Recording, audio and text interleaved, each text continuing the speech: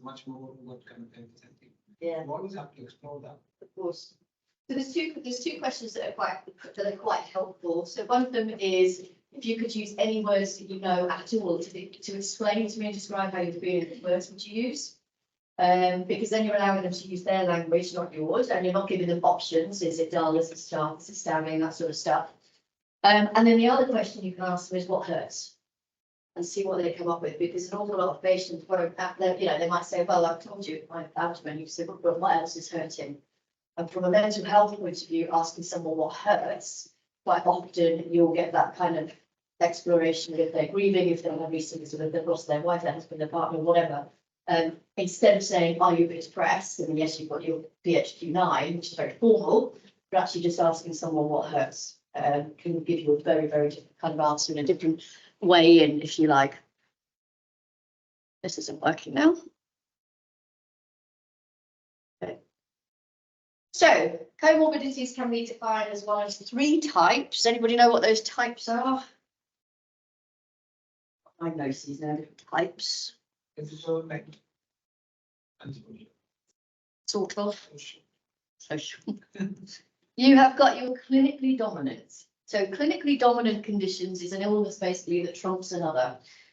You often see it where you've got something that is either more symptomatic or just overshadows. And these are the conditions that most clinicians tend to, even without meaning to, will focus on a bit more, either led by patient anxiety or carer anxiety or whatever it might be. Or that I can get more plot points sorted out if I look at this condition today and come back to the other one. And that's the reality of it, we can't get away from those kind of things. Things like diagnostic overshadowing, so thinking about your heart failure patients and things like that, may actually be more poorly controlled or more poorly cared for because their clinically dominant condition is their loss of memory through early stage dementia or Alzheimer's, stuff like that. You also see it with things where you have got two conditions whereby both sort of show the same symptoms, but we only know about one. So you look at your COPD patients, for example, a good percentage of those will go on to have heart failure, but it's often diagnosed very, very late. And it's because they're presenting with breathlessness and fatigue. We've already got a condition on the system that signs that off and goes, okay, so we know why that's happening. And we don't necessarily look for anything else when we're busy and we're rushed and things like that. It's also why COPD patients who develop lung cancer are most likely to have that diagnosed at stage 3, stage 4 already with meds. And it's because their increasing breathlessness and their weight loss has been put down to the fact that we already know they've got COPD and they're still smoking. So nobody looks for anything else. Yep. Your second thing then is your synergistic. So again, this is a little bit like your COPD and heart disease, where you've got two systems within the body that will be equally affected by those conditions. So obviously your COPD and your heart disease in terms of your cardiovascular pulmonary system, they're going to impact on each other. And then the third definition is coincidental. So no obvious relationship between the disease management, and we tend to deliver that sort of management separately. So things perhaps like your heart failure, osteoporosis, something like that, osteopenia, chronic pain. So that makes it quite difficult for us when you've got someone who's got 3 or 4 conditions. Yeah, so which one is going to be overshadowing? The overshadowing quite often comes from the one that's most symptomatic or the one that is causing the most impact to that person. So we might be looking at their diabetes and going, oh my lord, their HbA1c is completely deranged, they're putting on weight, this, that and the other, but they might be more bothered about the fact that they're short of breath. And so you already end up in this situation where you have 2 completely different consultations. And this is what we talk about in a little bit about hidden agendas and how what you'll have is your want as a clinician, I want to fix this, I want to get this better, I want to do this medication review, but your patient is coming in with needs, and there's a difference between want and need. So the needs will be, I need this cough to go, I need to be able to sleep at night, I need to not wake up my husband, wife, partner, whatever, because I'm coughing. They're not caring about HbA1c. If you fixate on what you care about and not what the patient cares about, you won't get anywhere. Because all they'll say is, I'm not going to go and see them again, they don't listen. Yeah, and it's because you're going, your HbA1c is horrendous, you're going to die. And they're going, I don't care about that. What's the HbA1c? This cough's doing my head in. Sort the cough out for me, that's what I'm here for. So you end up on this kind of different spectrums in a way. And that can be tricky to deal with. And that's when your sort of conversation And your use of language needs to sort of change and reflect that I am listening.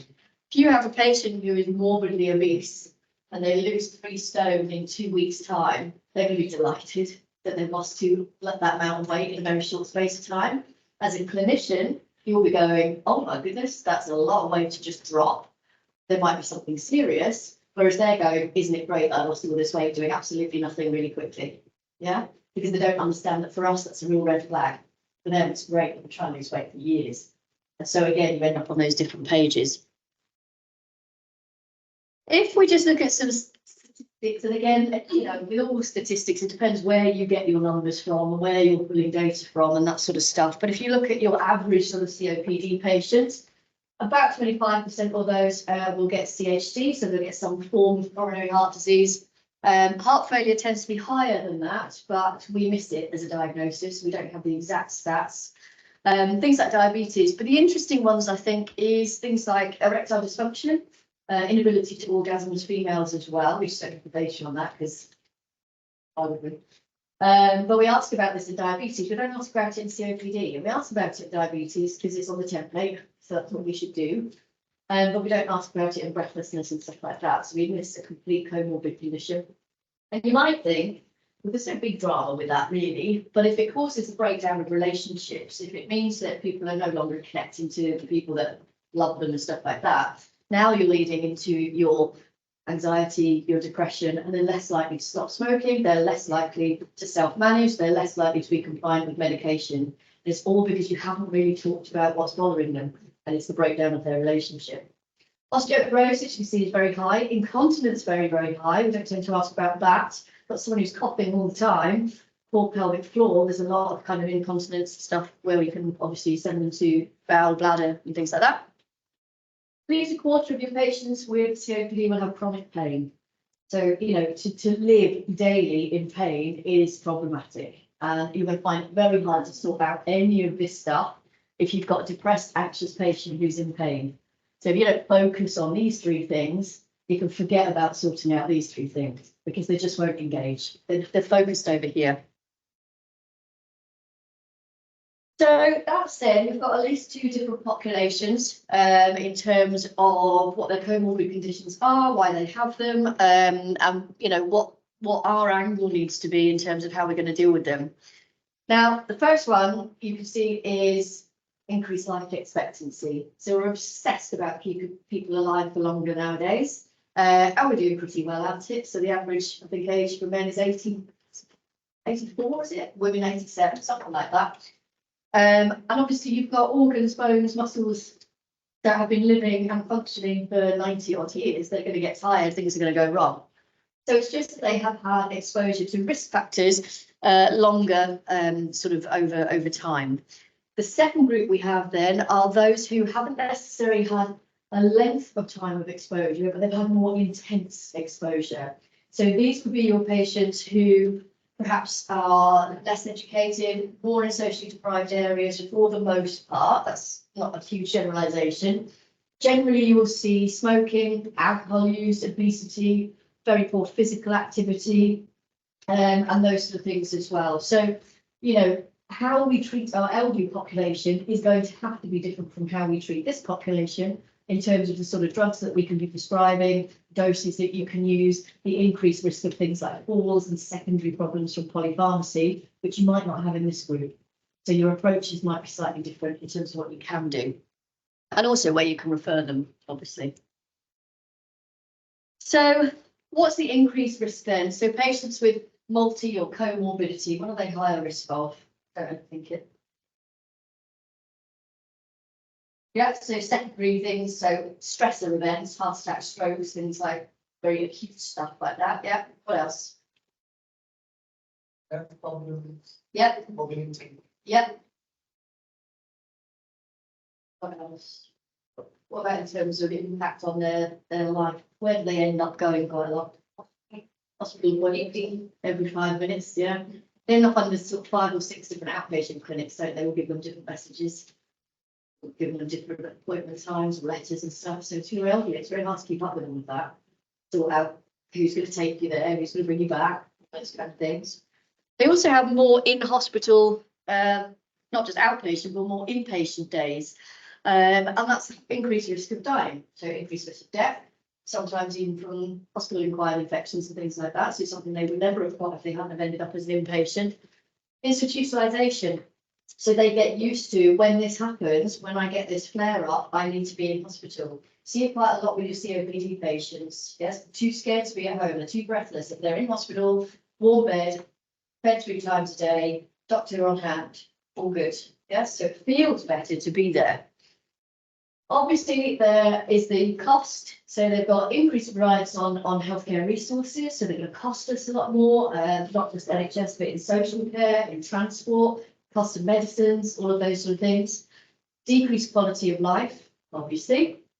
And they're going to have a higher rate of risk of adverse effects because they're going to be having more treatments, more interventions, more bloods taken, more lines put in, more sort of invasive stuff, which increases their risk.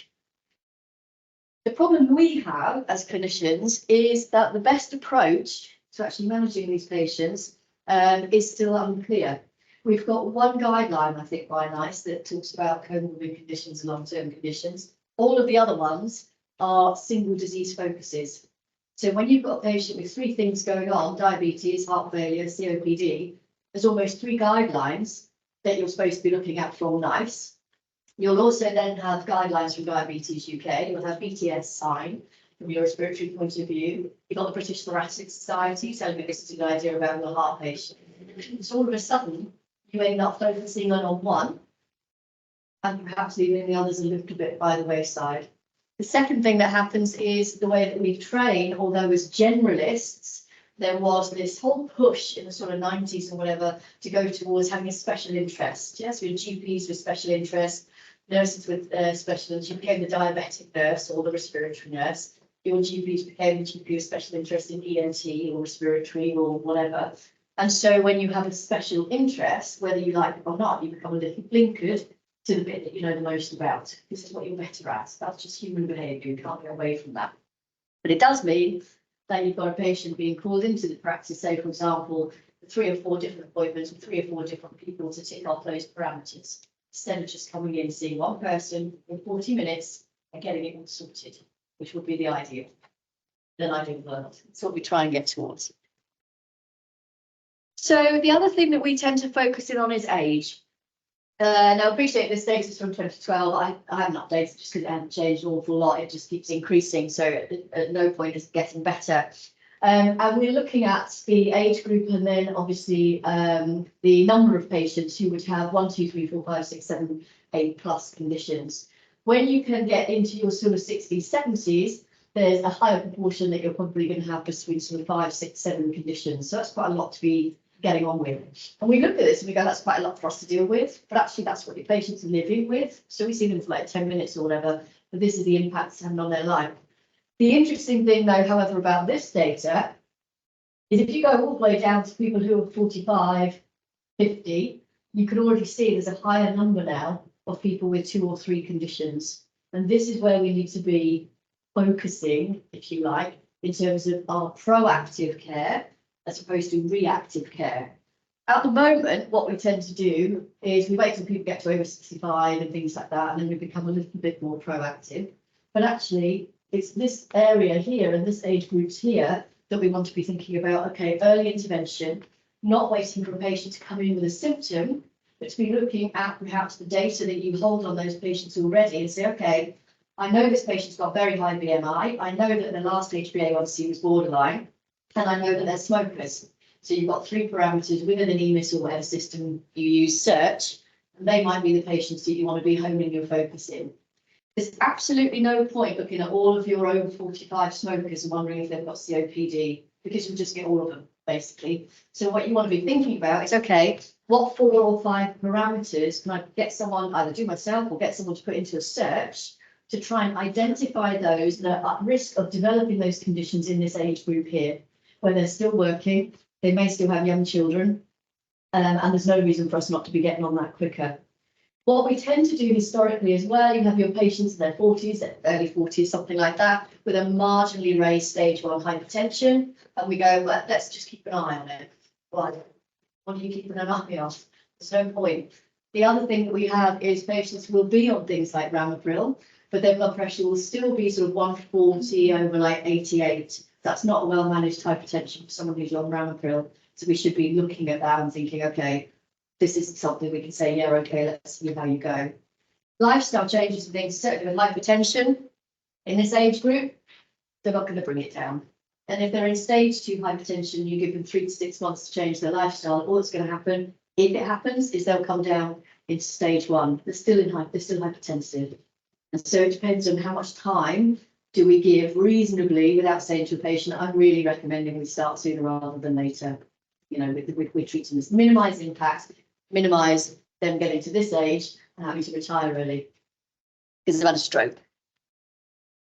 This looks a little bit messy, this slide, but it basically is just to demonstrate to you how where you've got single conditions, multiple complex conditions, and what you'll see then as the severity or complexity of your condition starts to increase, the need for an approach to care that accounts for multiple morbidity also increases. And what you're looking at there is multiple acute and chronic primary care contacts, lots and lots of appointments. They're going to take up a lot of your time because things are becoming more problematic. They'll also be referred to multiple hospitals, multiple clinics, and stuff like that. Increases your workload in terms of the amount of admin that's coming through, all the results, all the letters, all the new read codes, and those kind of things as well.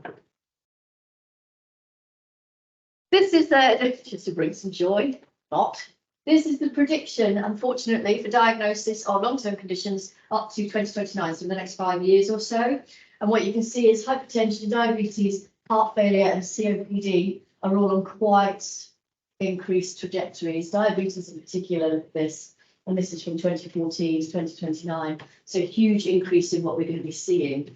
You can look at that and go, oh goodness, that's terrible for all the people that are going to get diabetes. But you can also look at it and go, oh my God, how are we going to cope with that as the NHS? It's already under strain. We're already tired. We're already struggling with resources, and things are just going to escalate. So something has to change in the way that we do things, not to get these numbers down necessarily, because we can't change lifestyles and things overnight. But what we need to think about is, okay, how do we get hold of these patients and utilise the time I have with them in the best possible way to reduce impact, to reduce pain, to reduce polypharmacy, all of those kind of things. So the other thing to be aware of at this point then is not just how we're going to do that, but to think about, okay, well, if this patient has got all of these conditions, how are they overlapping? Which one am I going to be able to change? And realistically, am I the right person to be doing that? So do they actually need to see the GP at this moment in time, or can they see the pharmacist? Can they see the social prescriber? Can they see long-term conditions nurse or whatever? There's so many different and new roles now. The problem is that patients don't know them, they don't understand them. So they don't necessarily know who they need to see. They're waiting for us to say, look, it'd be great if you went to see this person. I think that'd be really helpful. Yeah. In your average GP appointment, this is not the place for them to be talking about their financial woes and stuff like that. By all means, if it's related to their depression, their anxiety, but actually what they want to be doing then is speaking to the social prescriber, isn't it? Who's going to be able to be far better at directing them in terms of how they can release or relieve those financial pressures. Yes. And as such, that anxiety might be a little bit easier for them. So whose role is it to have that conversation? And realistically, is it yours? Do your reception and admin staff know who to put that patient in with when they ask them on the phone, what do you need? Why are you calling? See what I mean? How do you find that? Does that make sense to you? Is it something you're already doing? Is it something you struggle with? Because the patient always says, I want to see Dr. Blah.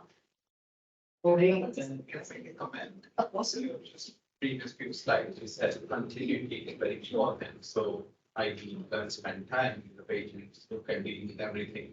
No, the same energy is not happening here. What you're focusing on fragmentation of the services again. So for example, this patient is a diabetic. So I'm not a diabetic specialist. I can listen to you while referring you to the dietitian, I'm referring you to the clinician, I'm referring you to this one, but then the patient is already have 10 appointments again. Yeah. So that's not a good resource usage, in my opinion. So I'm not saying, I think the NHSC has to take a step back, look at that angle, which were previous slides to that circle. I Yeah. think that circle needs to focus on the left side a bit more rather than on the right side. So the, So focus should be around 20 to This 25. Yeah, this Yeah. one. So it should be moving on that side because any long-term condition will have around 10 to 15-year lag time. So you're not going to, if you're going to act on at 45, by the time COPD, for example, is done. So you're not going to change much. So what you can change, yes, perhaps evidence says stop smoking. The only benefit is you will stop heart attacks, nothing else. COPD is gone. So that is the problem with the whole resource because it's a fundamentally flawed sources because you had the fragmentation before, you continue with fragmentation, and you will continue with the fragmentation. That's the nature of the LTC conditions. Mm. So I think it's a very sort of counter intuitive to me that a patient comes in and I am the one who's directing and planning different specialties. so what's the solution? I don't know, that's what I'm asking you. Projects. LTC is again, it's like we have, for example, we have divided also, it's a cardiovascular disease, the IHD, it's a diabetes. Actually, they are metabolic syndromes. They are absolutely similar. Their endothelium is getting hammered, and that's their problems. So, yes, because we divide them because we want to give the best care. So by giving, the problem is giving best care, you do require specialism. And that's the nature. I think there's no simple answer to that. I'm just warning, sorry. That's what it is. It makes me, because I was in a meeting where they said above 85, there's 0% people who haven't got any long-term condition. Fair, because above 85, average age is actually 83 and 81.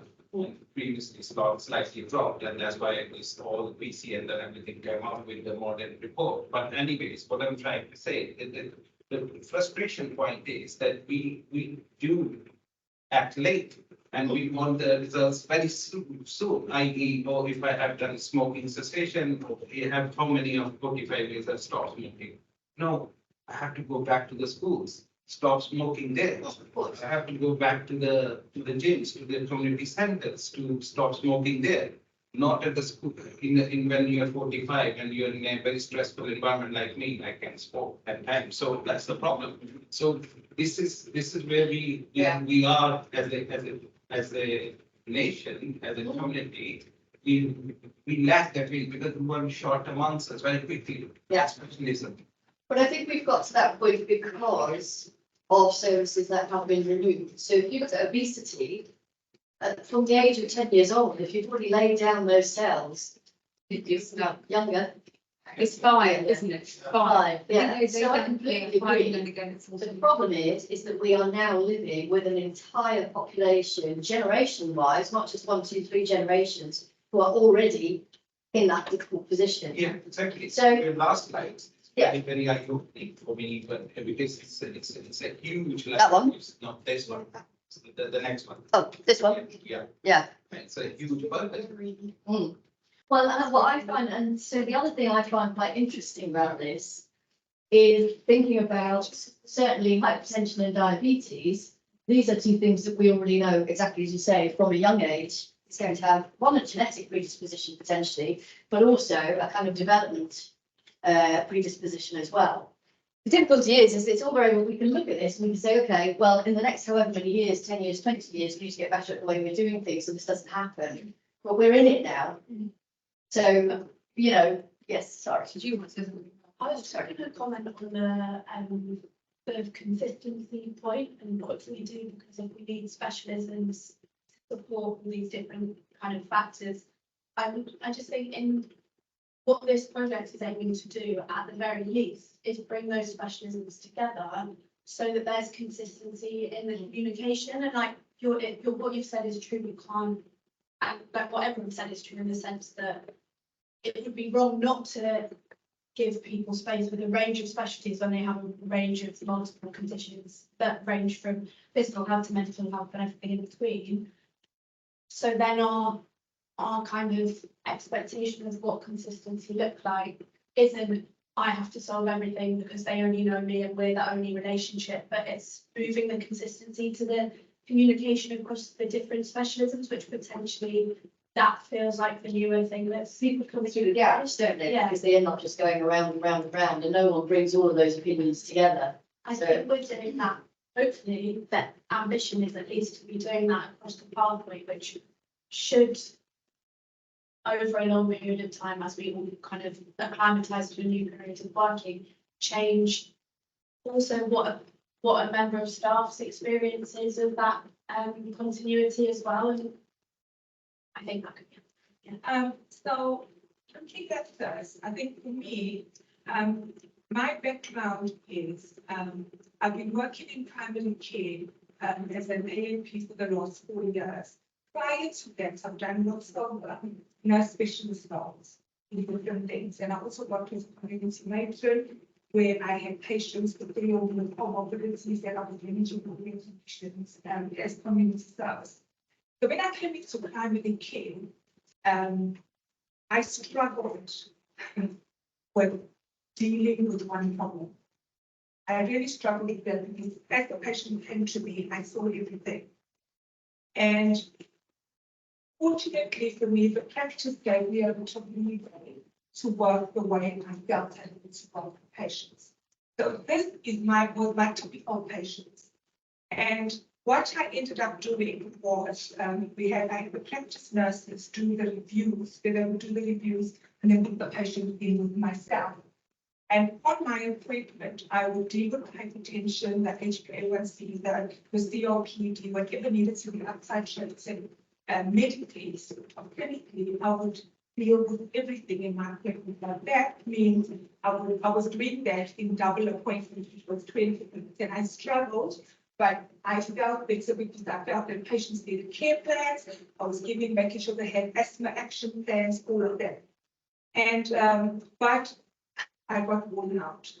So I've left that role because I felt frustrated in the time limits I was giving to kids. And our report was amazing. Our practice was done so well.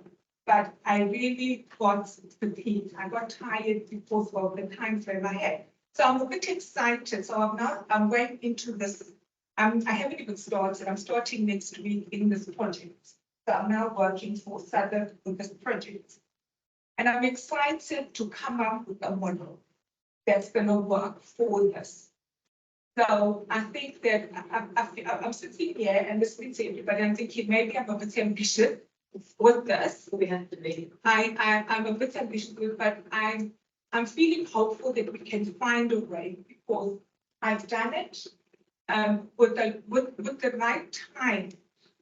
My consultations would be evidence. You can see everything I would have done, and I would still do a referral for mental health, for anxiety and depression, for social prescribing. So is it more time than So it's time. So if I had half an hour with a patient with these comorbidities, but if the reviews were done by maybe a nursing assistant or practice nurse, and I now have come with, I've got the asthma score, I've got everything, the COPD, I've got everything in front of me. I was able to deal with these things medically and would follow up with me for all those things to see, has the uptitrated medication worked? Has changing your inhaler worked?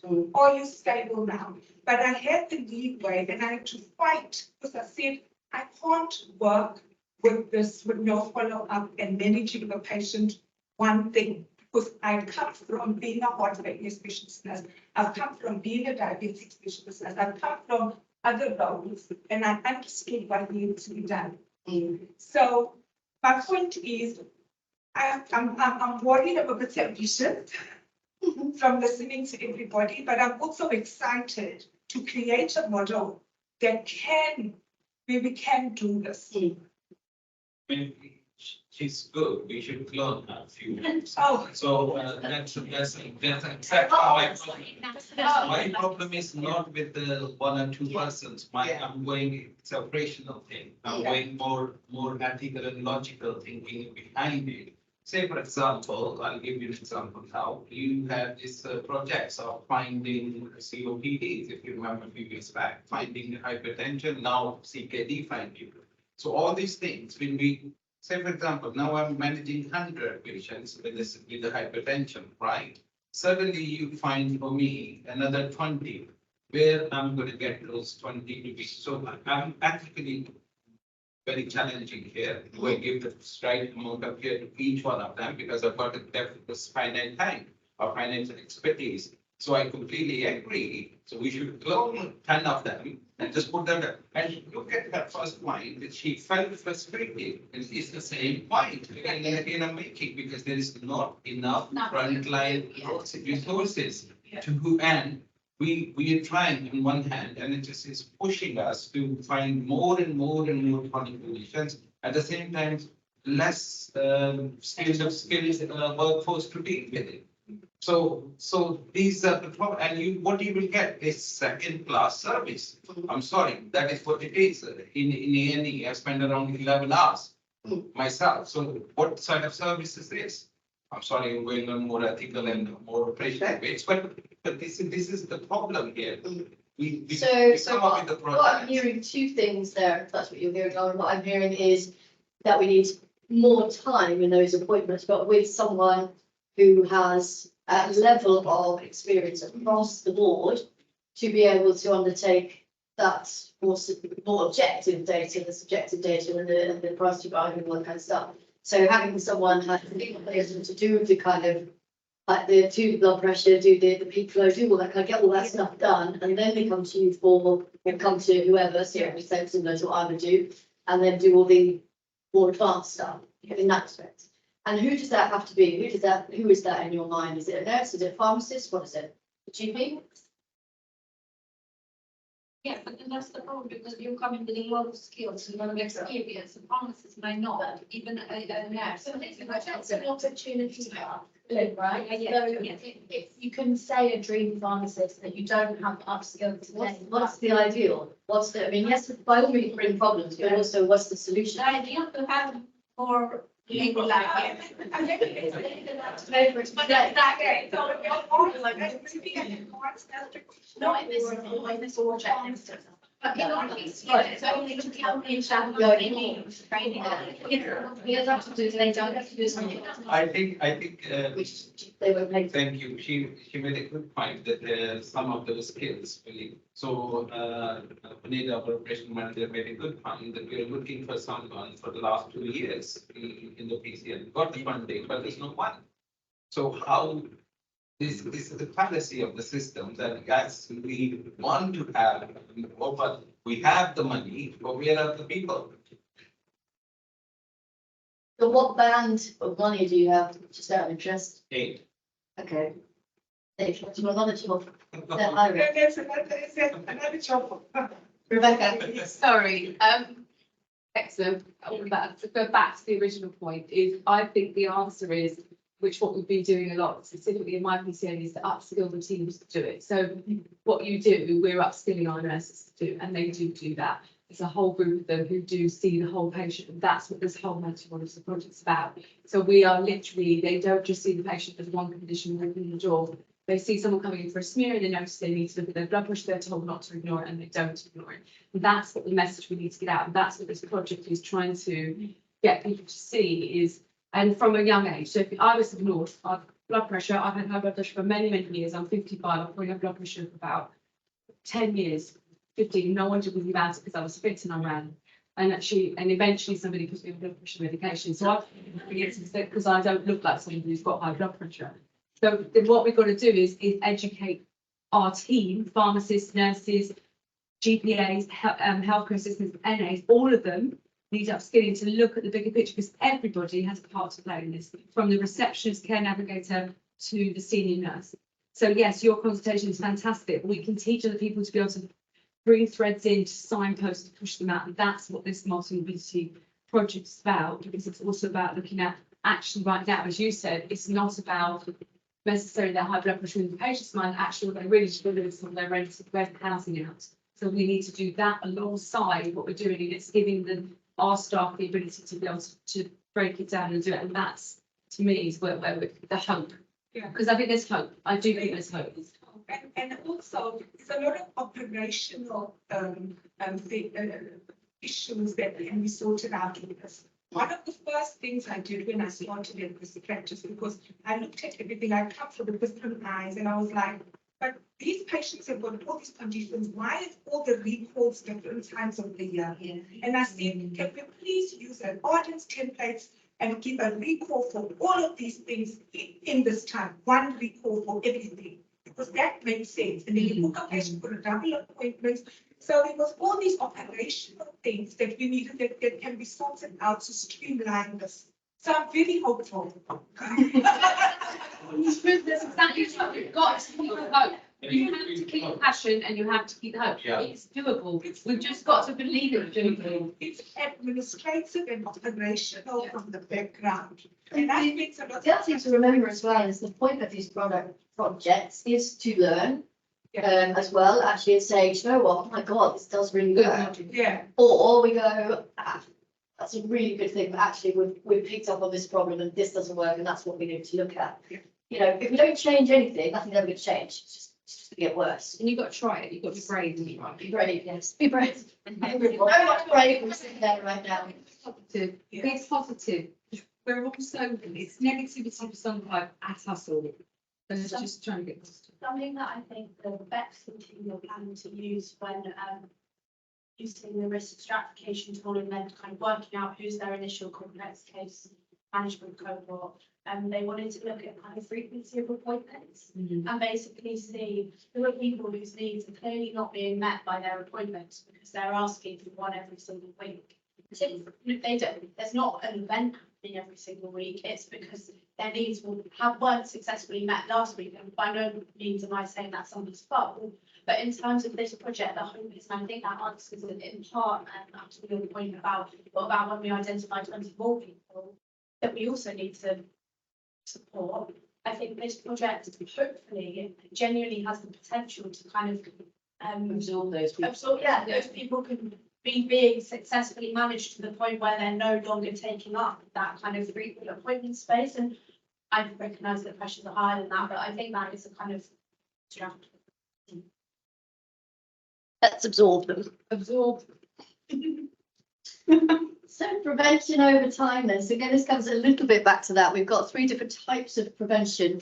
And we very much within the NHS kind of sit around here at the moment, if you look at the evidence, and exactly, it's putting out fires, isn't it? You're just kind of going, doing this, and that's why quite often we see people sort of potentially not overusing, but having an increased rate of use of sort of your extended primary care services, your urgent care centres and things like that, which further fragments their care because we have to wait for the letter to come through to actually know why they went there in the first place because they're not always sure what happened and that sort of stuff.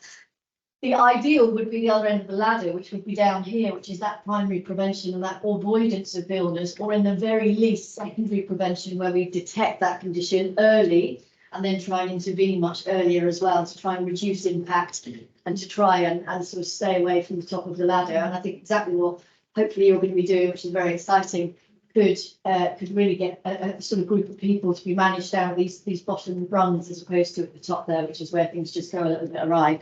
And I think the idea of the project is very much to kind of think about this, and also where do the people need to be seen in these early stages, who can sort of pick up on those things. Is it a case of sort of looking at the patient population you've already got and determining, okay, who is the best person for that person to go and see now? And if they're up here, it may well be that this needs to be advanced practice. This needs to be a GP that sees this individual because it's so complex and there's so much going on. But equally, it could be down here where it's an AMP or a paramedic practitioner, or the pharmacist needs to be involved because it's the polypharmacy that's causing the problem or whatever. And it is going to be a case of using our colleagues, and patients will sadly have to get used to the fact they can't all see the same person. We're not going to survive that anymore. Sadly. So when to consider then, so what we want to think about is patients also who are finding it difficult to manage any treatments or finding it difficult to manage their sort of day-to-day activities. Those who are receiving care in multiple services and sort of might need additional services. So health and social care has a real impact in our long-term conditions, especially when it's not available or it's slow, or they go into hospital for 2 days and their entire care package is taken away because they're overstretched and now they're in hospital longer because we haven't got a set, all of that kind of stuff. Can we resolve all that? Probably not. It's not for us to do that. But again, being aware that that might be the one thing that's actually causing the problem. Those then who have got frailty and falls, so a really, really big population who require, a lot more. And what we know with patients who've got frailty and falls is every time they have an exacerbation or a fall or an inpatient stay, they come back at a lower level of ability, of quality of life or whatever. So even though they get better, they don't ever return to how they were before. My mother's a really good example of that. My mother in 2020 she's in her 70s. Very articulate, completely independent, no longer, she's got hypertension, that's it.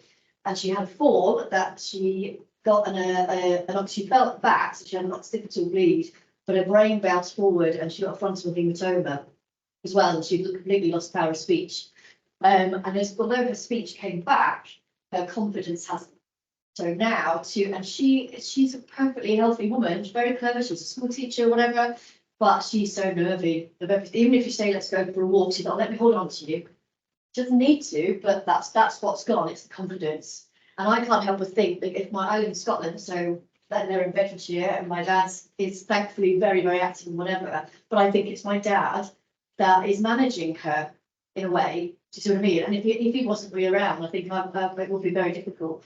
So, that kind of falls, that loss of confidence, who's supporting them in terms of in their own family group, can have a real sort of impact on their ability to recover, get better, and that sort of thing as well. So you see it very closely. All I'm saying is, so I think we should just put them together. Yeah. They can live together. Just go off you go. So population is ageing. Yes, we know that, and that has a serious impact. We've now got the actual clinical condition of frailty. That has always been frailty's always been around, but the recognition is much better now. About 10% or so of over 65s have frailty. And if you look at your over 85s, in some studies, you've got almost sort of 50% of those would be considered to have a level of the clinical condition alongside their other stuff of sort of frailty. Frailty can come from an acute stressor. So like my mother, perfectly fine, had a fall, and now would be considered frail. She's lost muscle mass, skin's a bit thinner, all of those kind of things that come with it.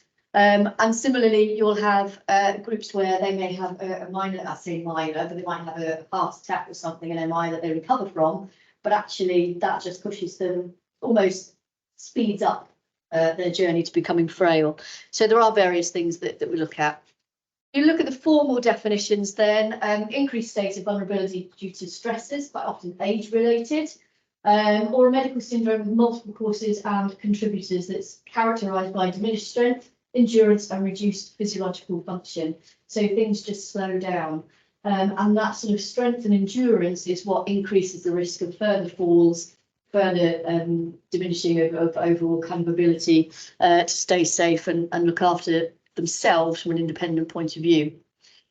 So it is related to the ageing process, independently associated then with adverse outcomes. Most of the time it's progressive, but you'll have episodic deteriorations, and this can be things like a UTI, for example, chest infection, acute infection sort of thing.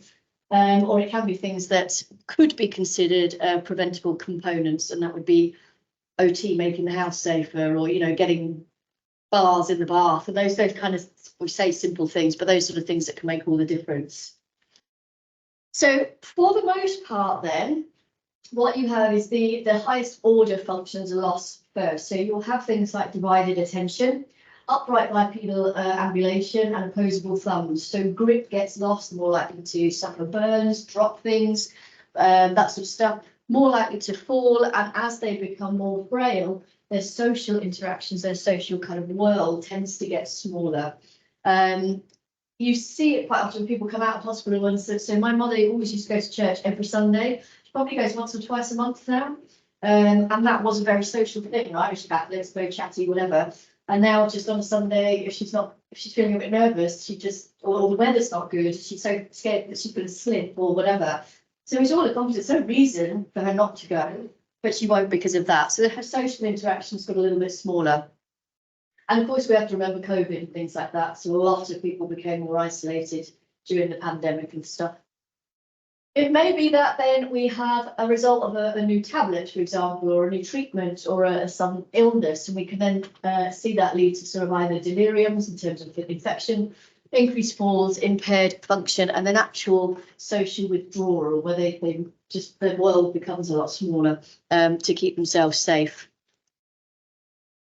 So the pathophysiology then tends to be where you have this stressor event. So if you look at your sort of patient groups, reduced physiological reserve, so in terms of muscle, skeletal muscle, cardiovascular, the endocrine system, everything starts to slow down, behaves a little bit out of parameters and things like that. You tend to have a reduction in nutrition, partly due to malabsorption, partly due to poor diet, or not being able to cook for themselves anymore, or not being able to shop for themselves anymore, and reduced physical activity as well. And this leads to frailty. What you'll then have is, as I said, a stressor event, and they will either recover a little bit to sort of come around back to this place, or you'll see quite a sudden deterioration of increased falls and things like that. For us in primary care, what would we notice more is probably these acute events. So when you're seeing sort of, you know, what we would consider a minor illness in someone who is younger or not frail, would be something where you've got functional abilities there, you've got independence here. So you get a minor illness in an independent person. Generally, they'll get a little dip, they get better, and they come back up to where they were before. They recover, everything goes back to normal. People with frailty then, even if they're independent, will take a lot longer to get better to the point of independence and functionality, but they won't ever reach what they were before. So it's very difficult, even after what we would consider a minor event, to get them back to how they were before. So if you have multiple UTIs or multiple infections or anything like that, you can see this just gets lower and lower in terms of dependence and vulnerability. So again, I mean, this just kind of, you know, covers everything that we said, but, you know, you've got the cycle of inactivity, you've got the lower muscle mass, increased risk of falls because of that. And obviously you can see there on the scan, you can see the difference in cognitive ability as well.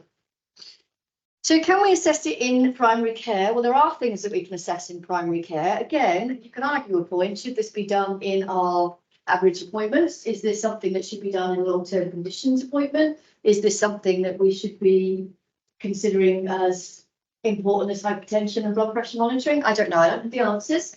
But there are certain tests that are very easy to do. You've got the comprehensive geriatric assessment, a bit more tricky. You've got your simple assessment, which is looking at your gait speed and your timed up and go test. So essentially, how long does it take your patient to get up, stand up and start walking? And that's quite often used and can be used for things like sort of early identification of Parkinson's, falls, lack of balance, those kind of things. You've got your Prisoner 7 questionnaire, and then obviously you've got your routine data, which can give you your electronic frailty index. So there are options in terms of how much time you've got. And this doesn't necessarily need to be someone who is a registered professional. So, you know, these are quite sort of simple things that could be done by your HCAs, your NAs, your GPAs, or whoever we've got now on the books. So for your groups of people who have got multimorbidities or comorbidities, when assessing frailty in primary care and community care settings, the idea is to think about gait speed. So obviously with this, it's time to answer the door, how long do they take to get to the door if you're doing home visits, or time taken to walk from the waiting room. So when you call them, how long does it actually take them to make their way down the corridor to you? Even you can see when they're taking their coat off, and that's a trick, or when they're trying to get it back on, and you can see they've lost that level of movement. Self-reported health status. So again, asking them, how would you rate your health on a scale of 0 to 10, with scores given of 6 or less, generally indicating lack of confidence or frailty. The second question you can ask around that is, okay, what do you think would need to happen for us to get you from a 6 to an 8? What is it that, why, you know, sort of where's your confidence level? Why are you putting yourself at a 6? Where does that come from? And just explore with them what it is they might be fearful of or what they're worried about.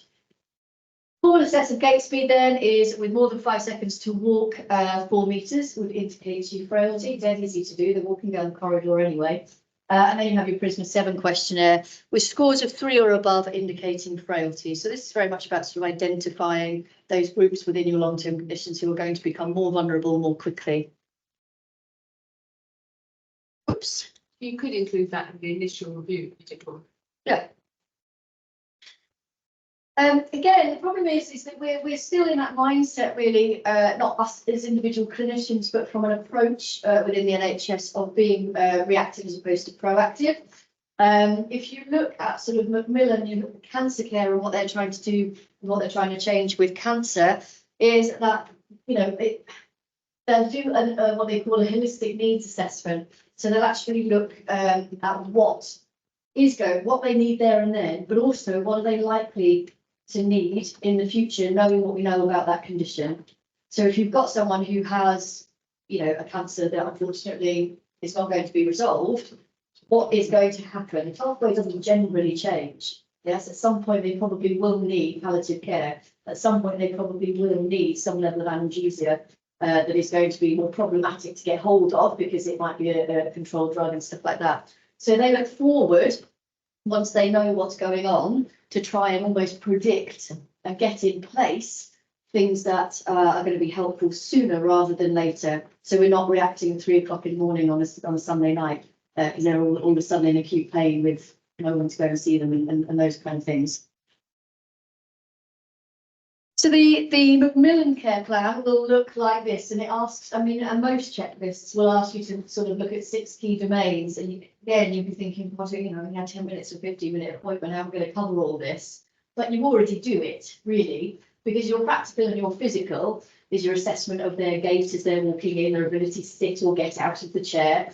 The other sort of practicality or physicality is around, you know, their sort of living conditions. So when you're doing your social part of your history taking, that may come up. Your emotional, spiritual and mental is generally how they're feeling in themselves. So we ask them that from the beginning. You may be using your PHQ-9. You can use the PHQ-4 now, which is 2 questions from PHQ-9 and 2 questions from GAD-7. So again, it's minimising your time and allowing you to identify stuff a little bit sooner. On average then, people with long-term conditions spend 4 hours a year with a healthcare professional. And so the rest of the time they're self-managing. So what I take from this is not just that we need to be seeing them and whatever, we need to be helping them to understand how to self-manage. So it's all very well and good telling them the HbA1c isn't ideal, but actually what they need to know is what is it they're doing wrong that is keeping their HbA1c. We've all seen patients who are eating ludicrous amounts of fruit because they think it's healthy, and of course the blood sugar's going all over the place. And I appreciate that that's a very basic one, but it may be that basic information that they need that hasn't been given previously. So how do I do this? Well, who knows? Supportive conversations, your holistic needs assessment is going to, and this should be something that's documented so everybody who sees that patient afterwards is aware of what their plan is. So what should we be doing? What are we planning on doing in the next 6 months, whatever, even if that is ensuring they can move their flu vaccine or ensuring that they have, you know, their bloods on a certain date and that sort of stuff. Signposting, again, there are some amazing charities that are out there that are phenomenal in terms of the support they give patients. Pumping Marvellous for your heart failure is just fantastic. Isn't it? Yeah, seen it, yeah. COPD was Diabetes UK, Parkinson's Society, there's even a Tinnitus UK. So, you know, charities are designed for patients. I mean, they're for us as well. They all have a patient page. They tend to have Facebook groups if people are on Facebook, but for carers and family as well. And they have really good information. So helping patients to navigate to places where they can get information and feel a little bit more confident about their conditions can also help them self-manage. And it's known that patients who utilise these things access emergency services and acute appointments much less, much less, 4 times less likely if they've got a good understanding of their condition and they know that they can jump on a website or their daughter or their son or whoever can and say, oh no, actually this is normal. Other things like Lung and Asthma UK and Cardiovascular Society, I think, have got phone lines where there are registered professionals, usually nurses, who will answer the phone and basically have a consultation with them about that specific condition. They don't know about that, they're not going to do it, they're just going to go immediately and call GP service, GP practice. So all the evidence tells us that these are things that are really helpful to reduce the burden on your surgery. So are you the right person for the job? We spoke about this a little bit. I realise this is a little bit kind of complex. This is from NHS England, I think, or Public Health England rather. And it just talks about whether or not you're the right person. So obviously the whole population requires universal health care, and this is where we are in terms of supporting people to sort of stay as well as possible. They then talk about people with long-term physical and mental health conditions being about 30% or so. But in the early knowledge, the outcomes is supporting them to build knowledge, skills and confidence. So in other words, do you understand what it is you've got? Say to most COPD patients, they're asthmatics and like that, and they're like, they haven't got a real understanding of what's going on. So they can't self-manage because they don't know what they're doing. The other thing then, for your higher up, patients with complex needs only make up about 5%, but they are going to need specialist intervention and specialist care. So it's that 5% really that we're going to struggle with from a primary care point of view, just simply because of resources and things like that. The idea of the outcome for that 5% is to try and reduce their accessing to unplanned care, so unplanned service use. And hopefully this kind of project and this learning from this project will help us to think about that a little bit better. It does require a supportive system, and appreciate that we already try and do this, but it does mean sort of sharing decisions, activating and engaging patients where we possibly can, but preparing and proactively working with trained teams. So, you know, it doesn't mean that, you know, you've got to pay for a nurse to go on a 3-month course and things like that, but it may be that there's certain skills or certain soft skills even of not being known, you know, as part of their original training. And that's something that you can come from, you know, if you look at how doctors are trained, medically trained, and in terms of the GP training and stuff that you have in comparison to what a nurse has 3 years and then gets a job. So, you know, all of that sort of stuff about those interpersonal skills and things like that stuff, certainly as a training hub we're providing. But again, you know, we need to get people to come and do the training with us so we can help them and then by proxy help you. So the shared decision making then is again trying to step away from that didactic sort of thing. So the patient, you should take this, you should do this, you should whatever. And actually what we know is it doesn't really work if you are not sort of involving the patient in that conversation or suggesting that you don't. But if we're going to move forward with our sort of approach to long-term conditions, then it needs to be the patient that's making the decision to self-manage in a way that suits them, that works for them, because they won't do it otherwise, they just won't. And we see it, don't we, with a lot of things like asthmatic patients who we say you need to be on an inhaled corticosteroid and they just never take it, and yet their use of blue inhalers is really high. And you know, how do we change that? How do you go about it? If you consistently just say you really do need to be taking this one, nothing will change. If you look at it and go, okay, well, what about we give you Symbicort Air instead, and you just take it PRN? They might be able to do that, might be more realistic. So sometimes we kind of have to change our tact, if you like, to get the patient on board, and they need to be thinking that it was their decision, essentially. So that's basically what I said on the slide. What does it mean for us? So, whoops. It means that we have to be willing to actually do that. It means that the attitude has to be right. And there are people that you perhaps are working with who are burnt out, had enough, can't do it anymore. And so how do you support them as colleagues, as opposed to saying, oh God, they're rubbish or whatever? I'm not saying you would say that, but you need to be supported as clinicians as well. Exactly as you said, you got exhausted, you burnt out and you just couldn't do it anymore. And yourself, as you said, you know, give me another 20 more patients with hypertension, where do you want to put them, what do you want to do with them? So the idea of this sort of project is to support you as much as anything else as clinicians to not end up with the overwhelm and just feel like you've just been given a load more work on top of what you're already trying to do. So we need to think about that. We also need the knowledge, skills and confidence to be able to do that. And this is for your workforce as much as anything else. So are they really the right person to do it, or are they just the cheapest person? Because we do see that as well. I'm not suggesting that's your practice, but we do see it. So Need to have motivational tools. We're going to have a little bit of a talk about motivational interviewing or a way of doing that to help with decisions. And the decisions do need to be about lifestyle, whether we like it or not. And that's kind of the long age stuff. We're going to have a look at stages of change after this and how long it takes for someone to go from conceptualization of change to actually being able to do that, which is why an awful lot of patients, you see them 6 months later and nothing's changed whatsoever. Takes on average about 6 to 9 months for people to conceptualize that they can actually make an important change to their life. And most patients don't believe that if you look at the evidence scale for the research, most patients think that we don't make shared decision making with them as healthcare professionals, but healthcare professionals think that we do. So again, there's a mismatch of experience among sort of clinicians and patients as to how that's actually working and how that feels for them as an individual.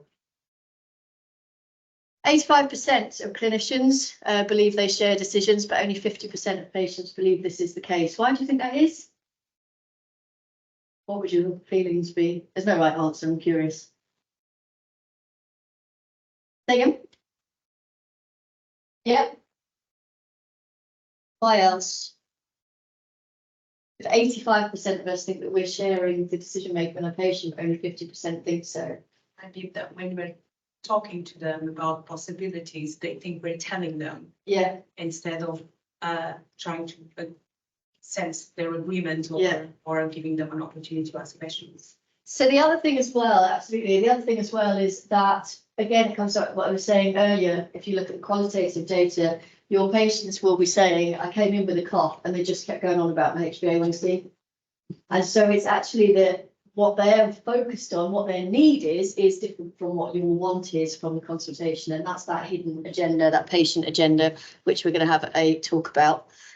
From a healthcare point of view, then, the data that came out of a particular study was that patients don't want it, that we already do it, don't have time, will it work? What if they don't do what I think they should do? So it's all of those kind of internal thoughts and feelings that are then being projected onto the patient.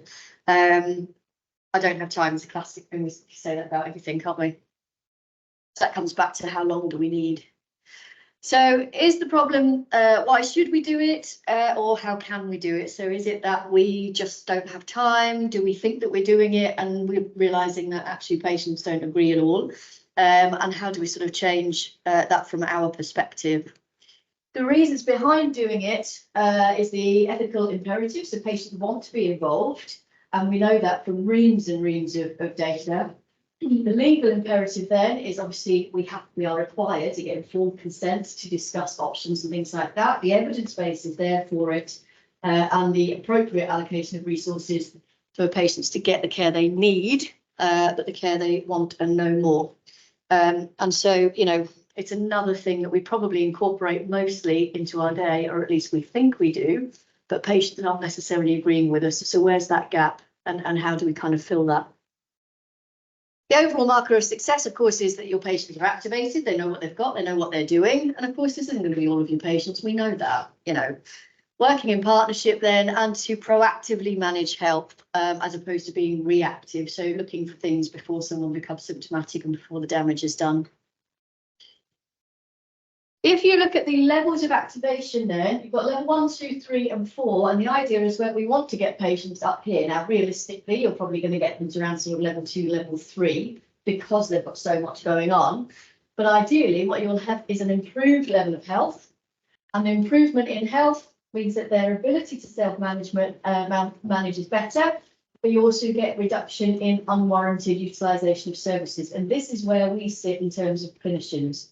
So we can reduce the reliance on us by our patients.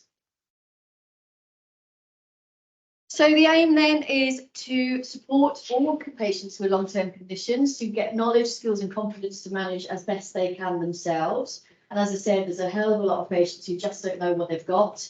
And if you explore that with them, you can sort of help them onto a journey of sort of activation. Compared with people at low levels of activation, people who have got high levels enjoy a higher quality of life. They have better clinical outcomes. They utilise services less. And, you know, you'll see general improvement in terms of your QOF and your parameters because they're having less exacerbations, less flare-ups, less hospital inpatient days and those sort of things as well. So, you know, it is there. There was one quite interesting study that looked at self-management of warfarin and INR as a Cochrane review. In group 1, they are patients where it was a clinician management of warfarin and INR. In group 2, it was self-monitoring of INR and clinician advice around warfarin dose. And then in group 3, they had self-management of INR and warfarin, which makes people nervous. But when you looked at the study results, groups 1 to compared to groups 1 and 2, sorry, group 3 had the same risk of bleeding, 50% fewer thrombotic episodes, and 36% lower mortality, which goes to show you potentially in some instances that even the kind of stuff that we go, oh, I don't know, they can self-manage, that actually a high proportion of patients can. And that is going to, if you imagine if we had everybody kind of doing that, not saying everybody, because some people won't be able to, obviously, but if you have more people doing that, that would free up a lot of appointments in terms of your INR clinics and things like that. Just one example. Barriers and intentions then, managing time, managing the relationship and managing risk. And at the centre of that, of course, is managing yourself so you don't get burnt out and you don't end up sort of leaving your position. The problem is that we say the patient needs to take responsibility. We say that they should take responsibility of their own condition. However, we then sometimes make it difficult on them. So the sort of examples, is that coming up? Yes. Sort of examples then is access might be limited, not just waiting to see GP, but not being able to access their medical records, for example. So this is something that should be online now, isn't it? Not my mum and dad's practice. I found out yesterday. They haven't switched it on. Yeah. They're not allowed to legally. Yeah, that's what I said too. Inefficiencies within the NHS system. So getting to appointments for one issue or having multiple sort of appointment letters, exactly as you said, you know, can we just get one recall in, say this is what needs to be done, come in and get all this done, and we're good for that. Waiting in all day for a district nurse visit. Yeah, so it used to be that you'd have at least a kind of rough time and they might have to be waiting in all day. They might want their daughter there or their son there or whatever. So now you've got 2 people waiting around, and cancelled operation dates. That happens all the time. Recently to your poor elbow. And so that reduces trust in us, unfortunately. So being able to try and reduce some of these imbalances among our practices or within our practices may sort of help.